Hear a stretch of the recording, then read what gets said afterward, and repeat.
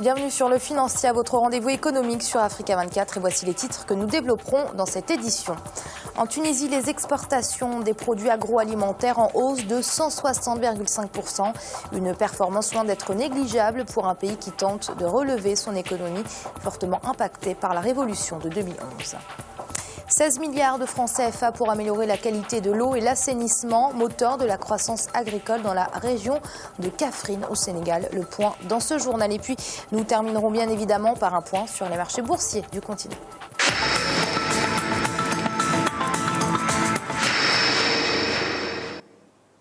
Très bonne nouvelle pour la Tunisie. Le pays affiche en effet un excédent commercial sur les produits agroalimentaires, une situation qui se traduit par la hausse de 160,5% des exportations dans ce secteur et par une baisse des importations. Principaux produits concernés, les huiles végétales, le blé et le lait. Emmanuel Milimono.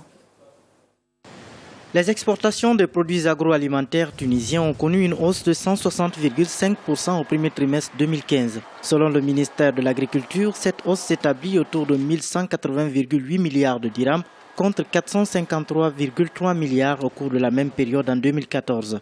Le pays a enregistré une baisse des importations, créant ainsi un excédent de 262,8 milliards de dirhams sur la balance commerciale. Cette augmentation de la balance commerciale est due à une augmentation justement des exportations de produits comme l'huile d'olive en quantité.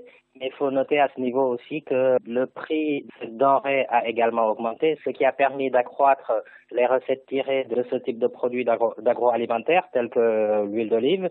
À l'inverse, il faut aussi noter que les importations des produits laitiers ou de blé ont également baissé. Donc tout ça a contribué en fait à permettre à la Tunisie d'afficher une balance commerciale intéressante, on va dire positive. Les produits concernés sont entre autres l'huile d'olive, les dattes, les agrumes et les légumes.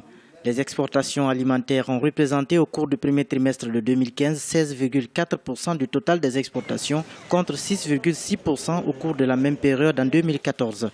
Cette hausse ne peut avoir un réel impact sur la vie des populations que si le pays maintient la tendance. Il faut aller davantage dans la diversification, faire en sorte que les autres secteurs de l'économie tunisienne puissent aussi contribuer. Le seul secteur agroalimentaire ne suffit pas à afficher une meilleure situation économique. Parce que si l'économie est tirée par des secteurs qui créent de l'emploi, c'est beaucoup plus bénéfique en termes d'impact économique sur la vie des populations, d'autant plus que le tourisme a faibli quand même dans ce pays et c'était aussi l'un des secteurs clés pour l'économie tunisienne. À signaler que les exportations d'autres produits alimentaires ont connu une régression en valeur tels que les produits frais et congelés de la mer. La valeur des importations alimentaires a représenté au cours du premier trimestre de 2015 9,5% du total des importations contre 9,8% au cours de la même période de l'année 2014. Le repli du cours de l'or noir a contraint les autorités algériennes à initier des stratégies visant à diversifier l'économie. En ce sens, le Forum des chefs d'entreprise algériens a dévoilé les grandes lignes d'un plan pour l'émergence de l'Algérie. Un document qui sera d'ailleurs très prochainement soumis au Premier ministre Abdelmalek Sellal et qui prévoit notamment la création de 60 000 emplois par an et un taux de croissance de 8%. À l'horizon 2020, ce document s'articule autour de 5 axes: le financement de l'entreprise, la fiscalité, l'environnement réglementaire, la politique nationale des prix et les subventions.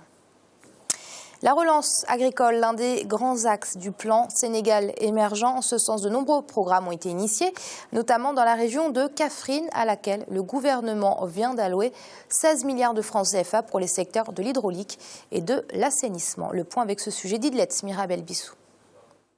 16 milliards de francs CFA, c'est le montant alloué pour les sous-secteurs de l'hydraulique et de l'assainissement dans la région de Kaffrine au Sénégal. L'annonce a été faite par le président Macky Sall lors du dernier conseil ministériel décentralisé du mois d'avril. Cette action du gouvernement s'inscrit dans le cadre du programme d'investissement public. Le secteur de l'hydraulique et de l'assainissement est essentiel pour cette région à vocation agricole et pastorale. L'objectif de cet investissement entre dans le cadre de la relance agricole nationale qui vise l'autosuffisance alimentaire. Pour accompagner cette initiative, le programme d'urgence de développement communautaire, estimé à 14 milliards 795 millions de francs CFA, a été annoncé dans cette région de 136 villages. Alors, Kaffrine fait partie de ce qu'on appelait à l'époque le bassin arachidier. C'était la grande région de Kaolack. Et aujourd'hui, Kaffrine a les 2 tiers. Donc, elle doit pouvoir être en mesure aujourd'hui de permettre d'atteindre les objectifs qu'on s'est donnés dans le PRACA, c'est-à-dire le programme d'accélération de l'autosuffisance alimentaire. Et de ce programme aussi, vous avez les fermes Natangué qui ont été mises sur place dans cette zone-là.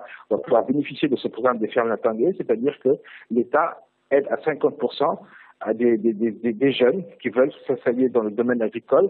La région de Kaffrine fait partie des 5 plus grandes régions du Sénégal avec une superficie de 11 492 km². Érigée en région en mars 2008, Kaffrine est dotée d'une grande capacité agricole et pastorale.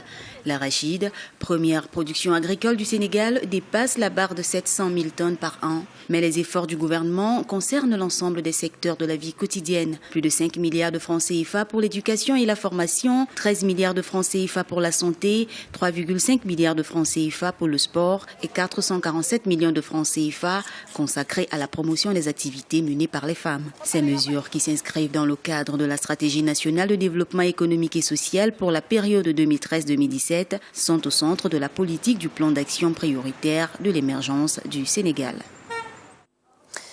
Après l'attentat du musée du Bardo, la Tunisie tente de sauver son tourisme. Les répercussions de l'attaque du 18 mars qui a fait 22 victimes ne se sont pas encore faites ressentir, mais les professionnels s'attendent au pire. Le secteur a déjà été frappé de plein fouet par la révolution populaire de 2011 et par les événements qui s'en sont suivis.